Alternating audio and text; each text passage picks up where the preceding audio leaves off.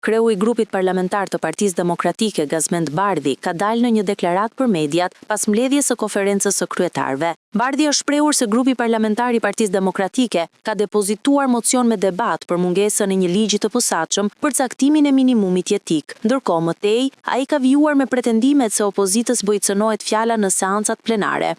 Grupi parlamentar i Partisë Demokratike, në ushtrim të drejtave që i njeh rregullorja e kuvendit, ka depozituar një mocion me debat për mungesën e një ligji të posaçëm, siç ndodh në çdo vend të rajonit dhe në çdo vend të Europës, për caktimin e minimumit jetik. Qytetarët kanë parë se gjatë këtyre ditëve ka ardhur në kuvend për shqyrtim projekt buxheti për vitin 2026 dhe para 3 ditësh edhe paketa fiskale apo ligjet financiare që shoqërojnë miratimin e projekt buxhetit.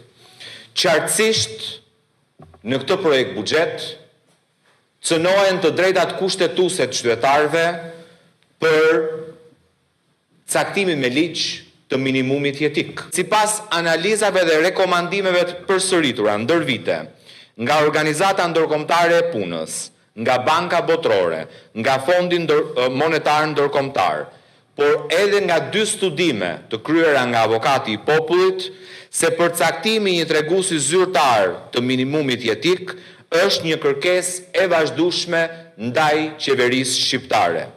Por deri në këtë moment ka munguar një qasje ligjore dhe institucionale. Në këto 2 muaj, grupi ton parlamentar i ka refuzuar 5 mocione me debat. Në mbledhjen e kësaj të hëne, në lidhje me këtë kërkesë, nuk u arrit dakordësia mes palëve dhe çështja i kaloi për shqyrtim parlamentit. Mbledhja është shoqëruar me debate mes mazhorancës dhe opozitës.